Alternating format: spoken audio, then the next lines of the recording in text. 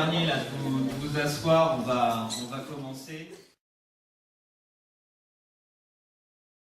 Jean-Laurent Bernard, c'est quelqu'un qui a connu le banc des écoles de journalisme à Lille, à l'ESJ Lille, et qui ensuite a fait le choix de la radio, a intégré Radio France, avant finalement de venir dans la région, de devenir le rédacteur en chef de France Bleu Provence, mais aussi le rédacteur en chef référent pour tout l'ensemble de la Méditerranée pour France Bleu Provence. Pour faire simple et pour aller vite, Radio France est une boîte qui se porte plutôt bien sur le plan d'audience. On tourne en gros entre 25 et 28% d'audience, toutes radios confondues, donc au niveau national, quand on additionne l'ensemble des résultats des chaînes. Il est évident que vous avez des chaînes thématiques. Je prendrai l'exemple le plus fort qui est France Culture, dont l'objectif n'est pas de faire de l'audience, au sens premier du mot, c'est-à-dire avec des résultats absolument nécessaires, mais qui est, dans la culture française, tout simplement, une radio de plein exercice, à qui on confie une mission publique, qui est celle de faire vivre la culture par le biais de la radio. En fait, on est sondé toute l'année, à raison de plusieurs milliers d'interviews sur une année, sur la région PACA, pour rester chez nous. On va entrer là maintenant dans le deuxième aspect, qui est quelle stratégie pour quels auditeurs. Alors c'est tout con, hein, on ne s'emmerde pas, on prend une carte de l'INSEE, on prend des bouquins de l'INSEE, et puis on regarde la sociologie.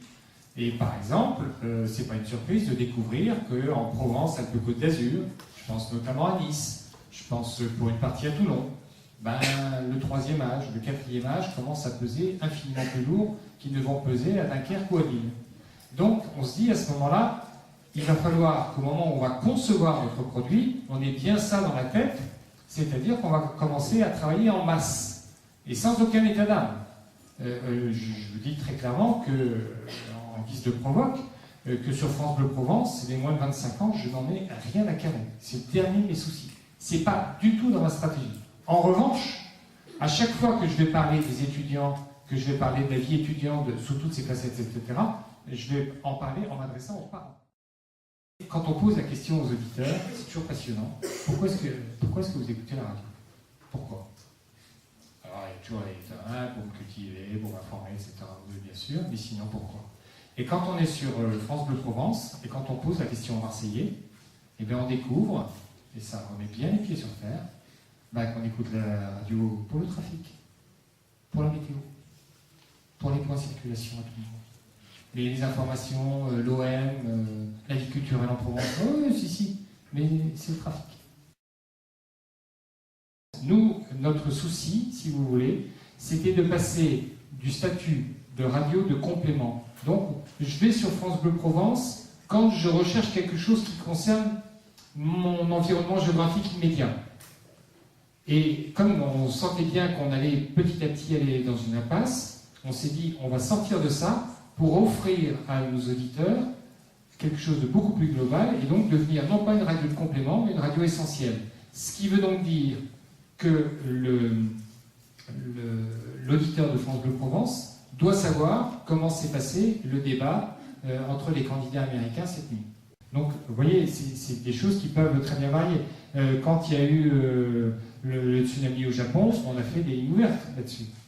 Parce que c'est pas parce qu'un auditeur est sur une radio qui, entre guillemets, serait importante en termes de proximité géographique, qu'il n'a pas des ressentis de proximité affective extrêmement forts, et dont il faut tenir compte. Et c'est la capacité aussi à dire aux auditeurs qu'ils sont légitimes, au moins pour exprimer des avis, même si on les confronte évidemment aux commentaires ou aux analyses d'experts ou de gens qui sont référents sur tel ou tel sujet. Je dis souvent que l'OM, ça n'est pas du sport, c'est un élément culturel, au sens premier du mot. C'est tout simplement dans l'habitude de vie des Marseillais. Et bizarrement, c'est quelque chose qui, bon, c'est pas nouveau, il y a eu des tas d'études, etc., des sociologues ont bossé dessus, c'est non seulement quelque chose qui est transgénérationnel, mais c'est quelque chose qui est inépuisable. Et c'est ça ce qui nous surprend toujours. Évidemment, il y a des anti, le foot m'emmerde, me gonfle, leur connerie, l'OM, de toute façon, on manque de peintre, avec ce qu'il gagne, enfin, on connaît de baratin. Ça n'empêche que la capacité d'attirer l'aimant certains disent le ciment à l'intérieur de Marseille. Je pense que là, c'est encore un petit peu exagéré.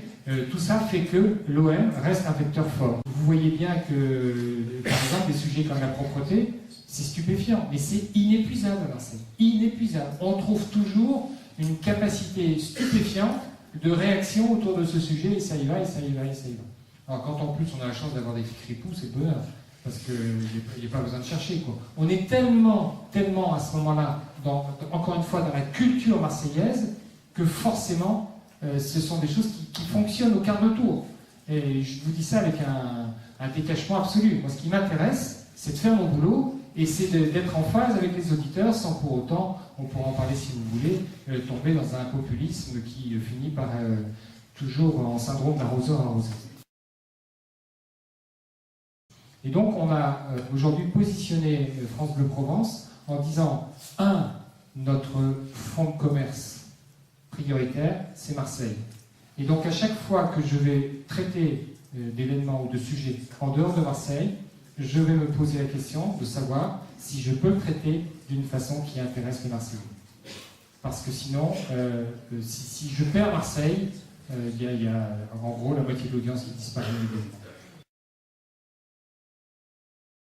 Oui, je vous en prie. C'est une question assez proche, mais toujours sur Internet. Est-ce que vous avez vraiment une stratégie parce qu'en même temps, vous allez avoir sur Marseille, vous allez avoir une concurrence par la RNT et vous en tant que France Bleu. La RNT est abandonnée. Elle n'est pas vraiment abandonnée, c'est ouvert, les fréquences sont ouvertes, elles viennent d'être attribuées, mais vous ne pouvez pas postuler en tant que Radio France. Oui, parce que c'est trop cher. Je vais dire, on n'a rien à carrer, c'est pas loin.